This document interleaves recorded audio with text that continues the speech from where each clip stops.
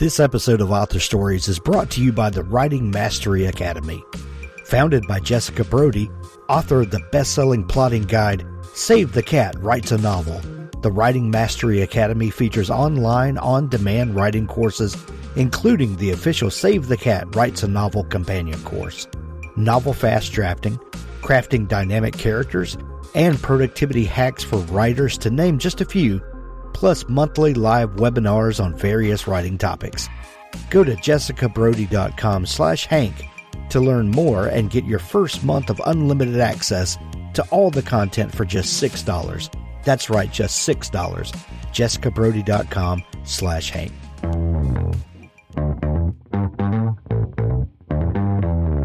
You're listening to the Author Stories Podcast, bringing you the story behind the stories and the storytellers. Margaret White, Terry Brooks, Sheena Kamal, Matthew Quick, JT Ellison, Walt D. Williams, Brad Thor, Corey Doctorow, Brandon Sanderson, Robin Mom, Ernest Klein, Jim Butcher, Sherwin Harris. Visit hankgarner.com for archives of all the shows. Today's guest is... Well, thanks for joining me again for the Author Stories Podcast, where I bring you the story behind the stories and the storytellers. Today, I'm super excited to have Patti Callahan on the show with me today. She has an amazing new book. It's called Surviving Savannah. And if you are a lover of historical fiction, and we are here at the Garner household, this is a book that you must have in your for your 2021 reading. I almost said 2020, and I thought we'd all agreed to just forget that I think existed. we already got through that. Yeah. But this is definitely a book that you need to have. What a great story. Welcome to the show, Patti. Thank you for having me. I'm so happy to be here. I'm excited to have you. Patti, we begin each show with the same question, and that question is, what is your first memory of wanting to be a writer or storyteller? Oh, I think I've been writing stories since I could hold a crayon. So I have been doing it since I could sit down and paste the covers over my words. I don't remember the first time. I always wanted to be a writer, but I can say that I abandoned that desire. It was a childhood desire, and I wrote books and I painted the covers and I stapled them together. And I gave that up because it didn't seem like people did in the world. Authors to me were nebulous. I didn't even know who they were. The books were the living things. Authors to me, I never gave much thought to who wrote the books until about my mid-30s, when I decided that I wanted to try to do the thing that had sustained me all of my life, and that was stories. And if I had to choose, I would say it was probably Anne Rivers Siddons who made me want to try and do the same thing. So the that desire that came back to you in your 30s, a lot of us feel like that we have the storytelling gene, or however you want to describe that. But invariably, something happens when you reach adulthood, and you get a job and you start raising a family, and all of the things of life kind of crowd out those dreams. But invariably, they come back around. And tell me about that awakening you had in your mid-30s, where this thing that had sustained you, like you said, all along, now became kind of a nagging desire again. There's a fantastic book on creativity. I'm sure you've heard of it. You've probably talked about it, and that's The Artist's Way by Julia Cameron. Yes. And don't you love that book? Oh, yes, absolutely. It's life-changing. And one of the things she talks about in there is the shadow artist, the person who's always kind of around the thing they want to do, but don't want to admit that they want to do. And that was books and stories for me. I was mildly, more than mildly, obsessed with story and mythology and books. And when I was a child, I actually used to get in trouble for reading. Get your head out of that book and join us here in the real world. And I believed that I needed, and I did, and I'm glad I did, get a degree in something that was useful, that I could get a job when I graduated. And I was a pediatric nurse, and I loved being a pediatric nurse, loved it. It wasn't a means to an end. I got my master's degree in it and worked as a nurse, but there comes a point where this thing inside of you finally has its say. And for me, it happened when I had 3 young children and I was at home with them. They were 5, 3, and newborn. And I wasn't in the workforce and I was exhausted and my defenses were down. And I was playing dollhouse with my 5-year-old daughter. Essentially, I was trying to stay awake. And I asked her, "What do you want to be when you grow up?" Thinking, I'm playing dollhouse with her. I'm a stay-at-home mom. She's going to say, "A mommy like you," right? And instead, she says, "When I grow up," she's very precocious. "When I grow up, I want to be a writer of books." And it hit me like a sword to the heart. And I said, that's what I want to be when I grow up. And she said, "You're already grown up." And I signed up for classes the next day. So that Wow. was kind of my awakening, but it had been there all along. You talked about um, having a career before becoming a writer, and not just depending on that as a means to an end, because I know exactly what you're talking about. When we're talking to our kids, even uh, very creative kids, where you realize there's something there that's going to come out one day. We encourage them to find a pursuit that can make them happy, but can also help them pay the bills while they're doing getting their art off the ground. And one way to look at that is, well, you're teaching your kid to compromise and to have a backup plan, which we could argue about that all day, whether that's a good idea or not. But another way to look at that is a writer needs to have uh, life experience to pull from. If you're just a writer and have never experienced life for yourself, have never met different people and gotten to interact with people from all sorts of backgrounds, and maybe have seen some tragedy and maybe seen some joy, and that all of that goes into the writer's toolkit, doesn't it? Oh, you said it exactly right. Better than I've said it in my talks, where I say that I think being a nurse is one of the best jobs to have before you decide to sit down and be an author. And there are a lot of women novelists who were nurses beforehand, and males who were nurses or doctors beforehand.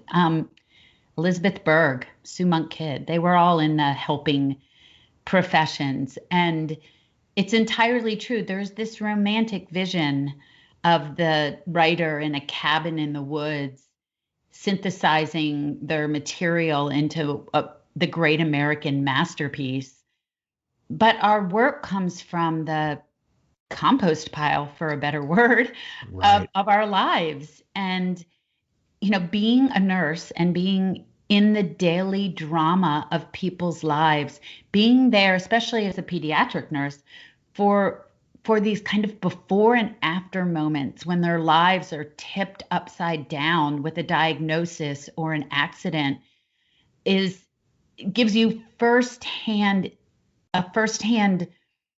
feel and look. And one of the things I think is really important for novelists and for humans in general is empathy.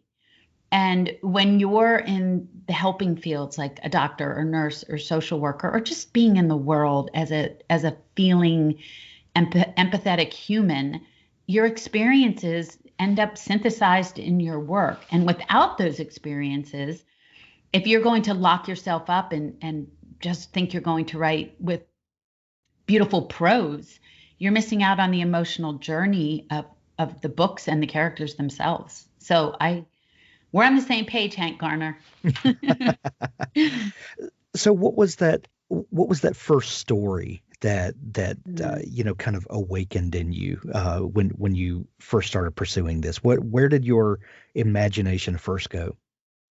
The first story I wrote actually ended up not being the first story that was published. And now I find that to be a very common story when Oh I yeah. go to conferences or hear people talk about, I had this idea and I wrote it and I got an agent and I sold it in an auction and people were fighting over it. I always look to the person next to me and go, that's not my story. That's not my story. I had this story I wanted to tell about a young woman who was carrying around a guilt that wasn't hers and a family and a child. And I think I did everything wrong in that book, but I wrote it and it got me an agent, which is what mattered. But we ended up putting it aside and I wrote a different book called Losing the Moon, which was my first published book about two college sweethearts who have lost track of each other and come back together because her son is dating his daughter. And after that, went from there. That was 15 books ago, one Audible original ago, 5 anthologies ago. It's kind of crazy to think about. That is.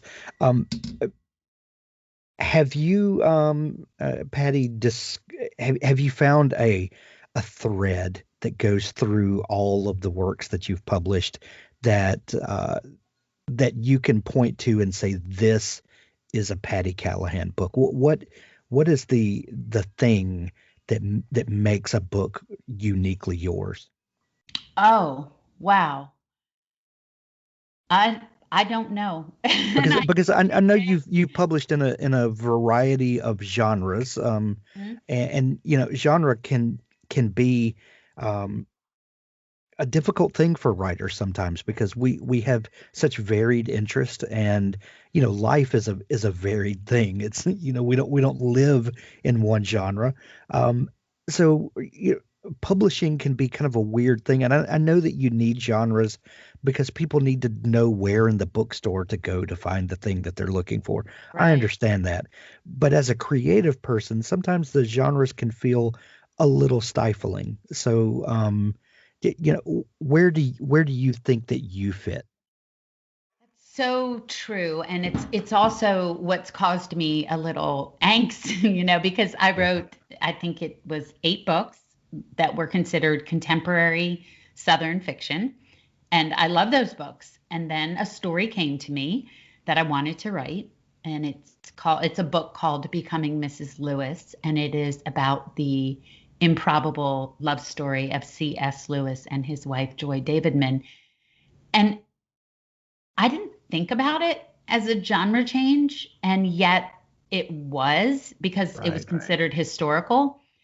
And then when I finished writing it and was out talking about it, I realized that I'd found my mojo, if that's a technical writer's term, and that historical fiction was what I loved and wanted to do. And when I was a nurse, I was a research nurse, and I love that rabbit hole. I love finding the one thing that changes everything. I love finding not the story you've heard over and over and you think you know, but the untold and hidden part of the story that gives you an entirely new view of the story. And so, yes, I ran fast and hard down the historical fiction road. And if there's a thread that runs through them, it's that I am very interested, obsessed might be a better word, endlessly fascinated with the untold part of things. And I also am endlessly fascinated about the transformation of people and from one kind of person to another. So I think if there's a thread, I'd love to ask my readers what they think the thread is. It's a very interesting subject. But I think it's my endless fascination with people's transformation, how they go through hardship or through trials or through happy things from one kind of person to another one completely. And I think all of my novels, the main character completely transforms by the end of the book through the things I put them through. Are you looking for software that helps you bring your novel to life? Novelize is a web-based writing app which allows you to access your work on any device with a browser and an internet connection, right from your desktop, laptop, tablet, or smartphone. Just get the novel written. Say goodbye to sticky notes. With our notebook on the side, you can keep track of all the important information you need to write your novel. We keep distractions to a minimum, help you track your progress, and encourage you to write more novels. You can even use the same notebook for your novels in a series. Outline, write, or organize your novel by switching between modes. You can write your outline notes while you're writing, and you can move scenes and chapters around anytime in the organize mode. Choose between the dark and light theme to help prevent eye strain so that you can stay immersed in your book. Novelize, the app for writers by writers. Authors, I have a fantastic new service to tell you about. It's called PubSite. PubSite is a service to help you build your very own website, your home on the web, where you can promote your work and give your fans a place to connect with you. PubSite is a website platform that allows every author, regardless of budget, to have a great-looking professional website developed by the book marketing professionals at FSB Associates. PubSite is the new, easy-to-use DIY website builder developed specifically for books and authors. Whether you're an author of one book or 20, or a small publisher, PubSite allows you to build, design, and most importantly, update your website pain-free. No need to be dependent on a designer or webmaster to make a small but costly change to your website. Save the money and do it yourself. PubSite is the best platform for authors because it's a book-centric platform.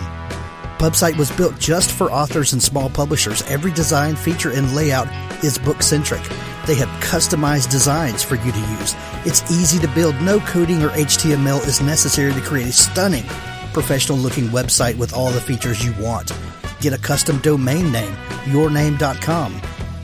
It's simple to update. You can add all of your books, add a blog and a book tour, sell from any retailer, manage your email list and social media, and even do e-commerce. Build your website with a 14-day free trial, then pay just $19.99 per month, which includes hosting. And we offer packages starting at $499 to set up the website for you. Pub-site.com, the place to help authors find their home on the web. You mentioned Southern stories and Southern literature, and how you embraced that genre, especially in your earlier works. And Surviving Savannah is absolutely a Southern story. It's historical fiction, 100%. But it is a product of someone who knows the South, obviously. What is it about Southern literature that, we don't necessarily talk very much about Midwestern literature or upper Northwest literature? What is it that makes a book Southern literature, and what do you think that evokes? It is the kind of story that made me want to be a writer. You asked me that at the front end, and I mentioned Anne Rivers Siddons. And her stories, Pat Conroy's stories, those Southern stories were the ones that made me say, I am going to finally try to do this. So whatever that sensibility is, that can be very unnamed. It's a nebulous feeling that's hard to pin down. But for me, it has something to do with melancholy. It has to do with the extreme importance of place. We often talk about place as a character in the book. Right. I talk about place as the petri dish from which the story grows. And you couldn't take that story out of that petri dish and put it somewhere else, or it wouldn't grow into the story that it is. The setting so important. Southern fiction has this nimbus around it of secrecy, family stories, how important the past is. It's this big mix of unnamed, nebulous words that make Southern fiction hold itself together as its own genre. And I think, too, I come at it a bit differently than some of the Southern fiction novelists, if you can lump us together, in that I did not grow up in the South. I grew up in Philadelphia, right outside Philadelphia. I moved to the South when I was 12 or 13, but I moved to South Florida, which we all know is in the South, but isn't necessarily Southern. Right. So it wasn't until I went to college in Alabama, Auburn University, that I started to understand this sensibility, you might call it. It's funny because we have a joke in the South that the farther south you go in Florida, the more north you get. Oh, I love that. It's so true. God, I love that. So funny. So tell me about the story of surviving Savannah, because your publisher, you guys put together a great little video where you tell the story, some of the background of it, and I'll link it in the show notes of that of this episode so people can watch that and get some interesting insight into that. But there was this boat, this cruise liner almost. It was an interesting concept. I'll let you tell the folks what it is, but it all begins with this boat. What was the purpose of it, and how did you find out about it? The steamship Pulaski it has now earned itself a new nickname, which is the Titanic of the South. But it was this luxury steamship, the finest there was, in 1838. When you think about 1838, what you have to remember is that it was right before the Civil War. So after the American Revolution, but before the Civil War, when the South was in its heyday, for good and for bad. It was in its heyday, it was growing, it was keeping up with New York, and yet there was this abomination of slavery at the same time. And steam had just started to come up as the new revolutionary way. Trains, steamships. And this ship was supposed to take once a week the elite of Savannah and Charleston north for the summer. Because if you could get out of Savannah and Charleston for the summer, you did. No air conditioning, biting insects, blazing heat, sweltering summer days.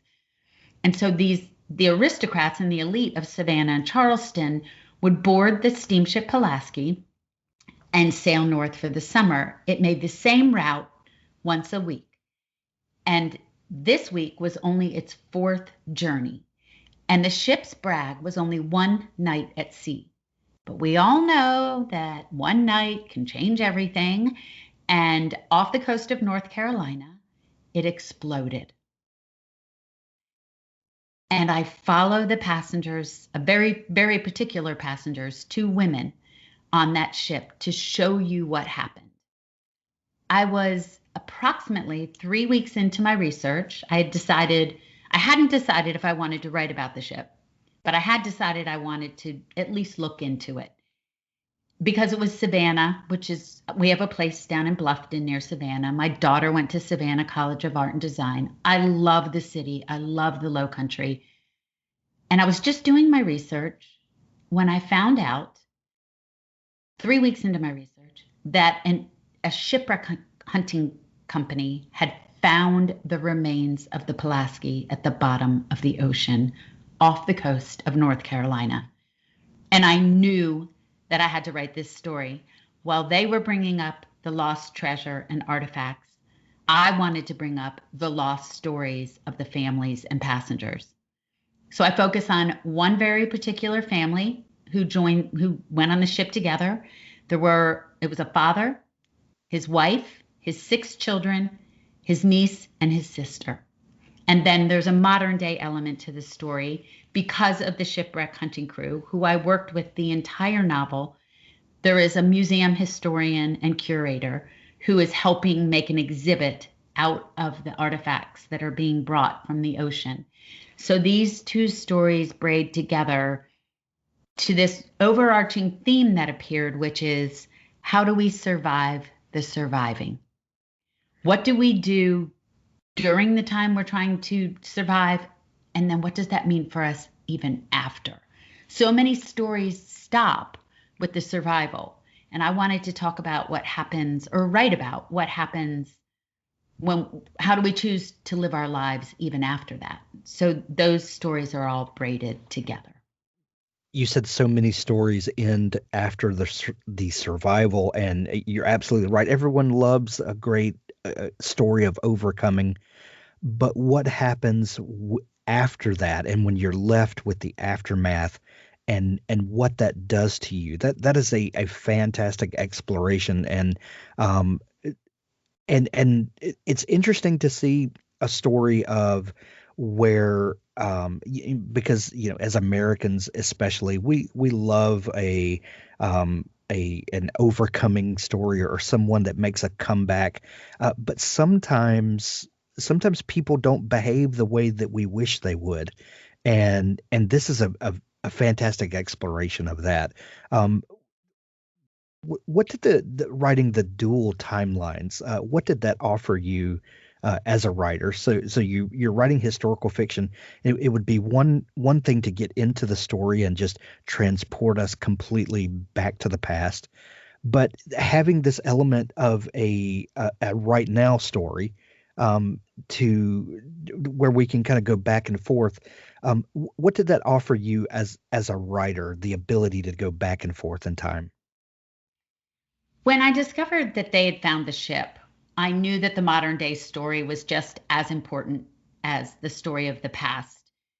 Not only because we would be able to see the remnants and the artifacts of the passengers we meet, but also because I wanted to look at the complicated history in Savannah that the past and the present and the future have together.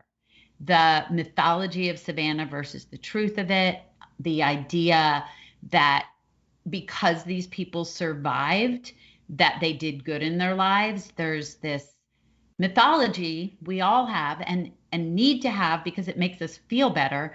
But we have this, that when somebody survives something terrible and somebody else doesn't, because that not all 11 of those family members survived, that those people were meant to survive, that they were meant to live. We love the meant to be, and we live in that, and we need it. And yet I discovered that one of the children who survived this horrific explosion and floated 5 days and 5 nights at sea, 20 years later had become a horror of a man. He was a slave trader. He had earned himself the name the Red Devil. And it brought into stark contrast and light for me this idea of fate and destiny and meant to be, and how that related to our present day lives. And so I wanted to hold the present up against the past and let them mirror each other, so that we don't leave behind the hard parts of the stories of the South and of Savannah and of that wreck in particular, that we don't leave behind the hard parts so that we can mythologize it and feel better about things. And I wanted to hold those up against each other. And by telling only the historical part, we lose the flavor of what it means when the tragedy is over. What happens after we persevere? What happens after we survive? Do we thrive, or do we just live, or do we actually swing the pendulum all the way the other way and do harm? And I couldn't do that without having the modern day storyline be part of it. Patti, as you started learning more about the true story of this ship and the people that were on it, and that surrounded all of this, did did the story just start unfolding to you? There's a part of writing historical fiction where you're gathering true facts, historical things that we can all point to, but at some point your imagination takes over and you get to fill in the blanks that we don't exactly know. What was it? The more you learned about this, did this time period and these people just come alive to you? Oh, absolutely. In the beginning, it was very muddy and murky. This was it's hard not to use ship analogies. The water was churned up and muddy and murky. But there was something, this was much more difficult than I had anticipated, to be honest. And it's because I am not an 1800s scholar. There was much of that time period in that life that I didn't know about. And to understand your character, to be able to write about them with this propulsive action forward, you have to understand what they really, really desire, what their life is like. What do they want? What do they really want?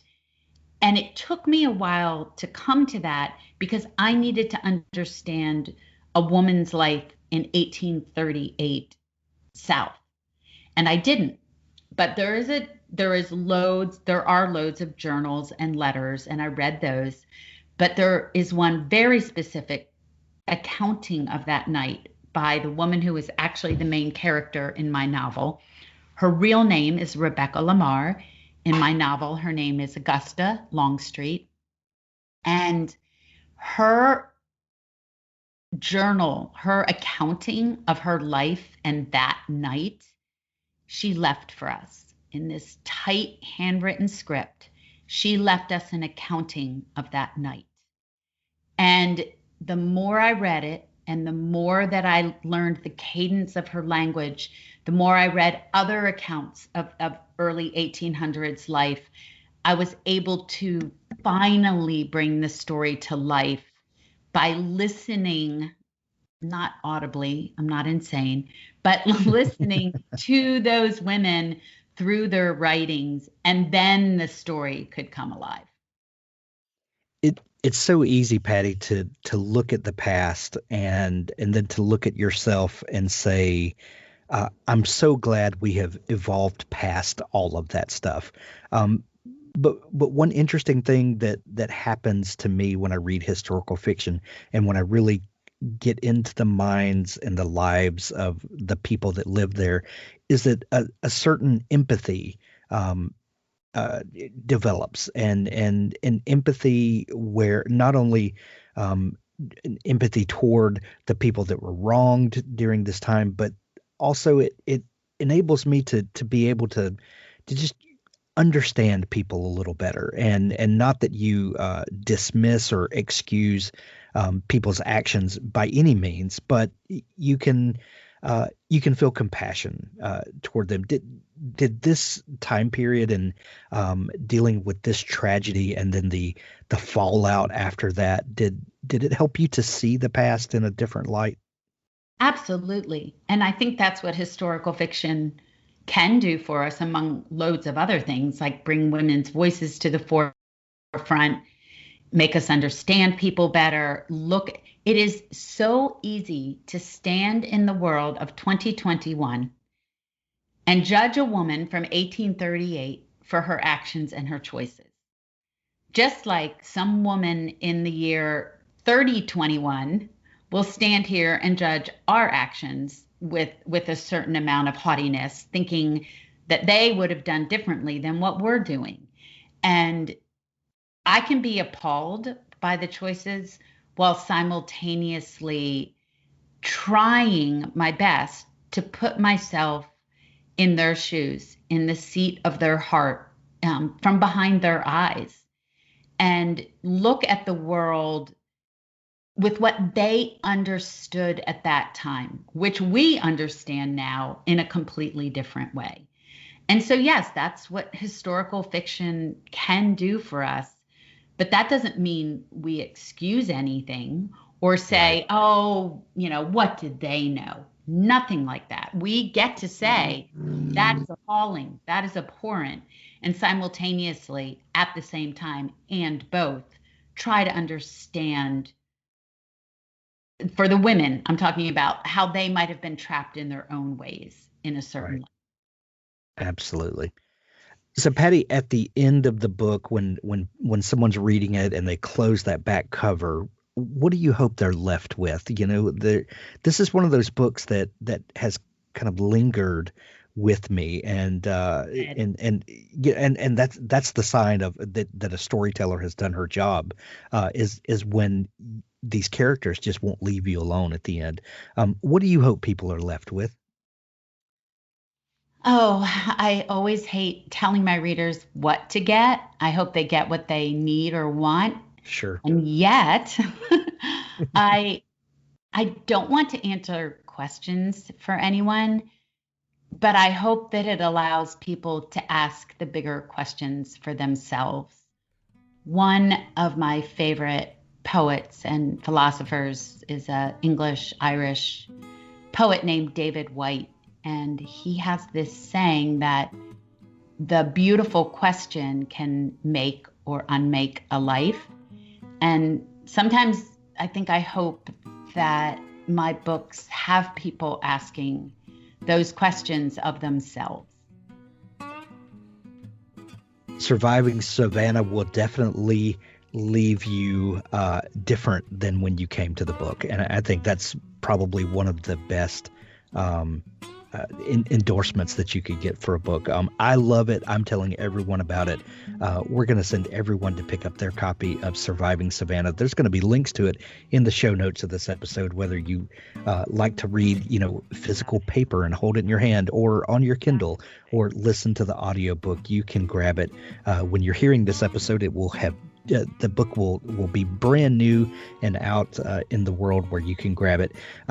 Patti, if people are just learning about you and want to dig into all the great stuff that you do, where can they find you online? They can find me on my website, which is patticallahan.com, and there is loads of things for you to find there. There is a book hub kit, there are maps, there is backstory, there are photos. I'm very active on Instagram, and my Instagram is Patti C. Henry, Patti C as in Callahan, Henry.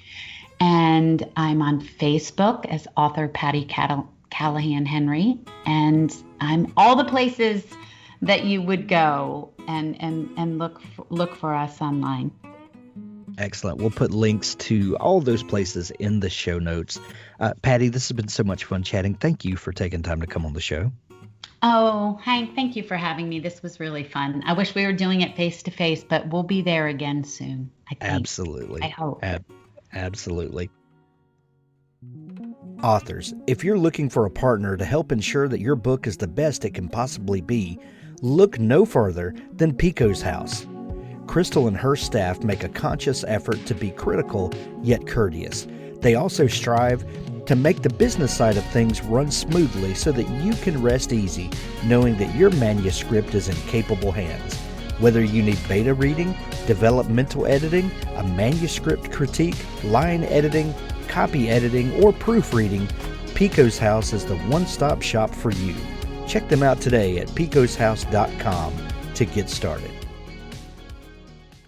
Dream Author by Sophie Hannah is an immersive 14-month coaching program for writers at any and every level of experience, and also for those of you who want to write and are just waiting for the right encouragement and guidance to get you started. Your writing dreams should make you happy. For so many of us, our dreams are not a source of happiness. Instead, they cause us stress, guilt, frustration, and even shame. Here's the great news. All of these feelings are natural and all writers experience them. The problem, though, is that when your writing dreams bring you more anxiety than joy, it affects your resolve and your productivity, and you end up not taking the action you need to take in order to propel your dreams in the right direction so that they can stand a strong chance of coming true. That's why Sophie created the Dream Author Coaching Program, to teach anyone who is passionate about writing how to change the way they build, think about, and pursue their writing dreams in order to become their own most powerful ally and advocate for the rest of their writing life. And more great news. Once you've learned that skill, it lasts forever. Visit dreamauthorcoaching.com to get started today. The Bad Company Complete Series Omnibus, Books 1 through 7. Humanity's Greatest Export, Justice. Space is a dangerous place, even for the wary, especially for the unprepared. The aliens have no idea. Here comes the Bad Company. The Bad Company Book 1, Colonel Terry Henry Walton takes his warriors into battle for a price. In this first installment of the Bad Company, he believes in the moral high ground and is happy to get paid for his role in securing it. Set in the Cutherian Gambit universe, Terry, Char, and their people-humans, werewolves, were-tigers, and vampires form the core of the Bad Company's direct action branch, a private conflict solution enterprise. Join them as they fight their way across Tissakinnon 4, where none of the warring parties were what they expected. The 7-book series omnibus includes The Bad Company, Blockade, Price of Freedom, Liberation, Destroyer, Discovery, Overwhelming Force. Grab the complete Bad Company series by Craig Martell now. How to Be a Badass Witch by Michael Anderle. Virtutus Gloria Mercies. Translation: Glory is the reward of valor. Fed up with playing the normal game, recent university graduate, ex-cum laude, ex-soccer star, ex-popular and mostly broke Cara Madano changes her life when she decides to research how to be a witch, and believes it. Cara didn't want to go back east and deal with her overbearing mom, so when university was done, she stayed behind in Los Angeles. Little did she realize how controlling moms can be from the other side of the country. Feeling a little desperate to make her own way, she buys a few books on business, and one on a lark, How to Be a Badass Witch. That's when the trouble started. Find out just what trouble a young woman can get into when the magic just might be real. How to Be a Badass Witch by Michael Anderle.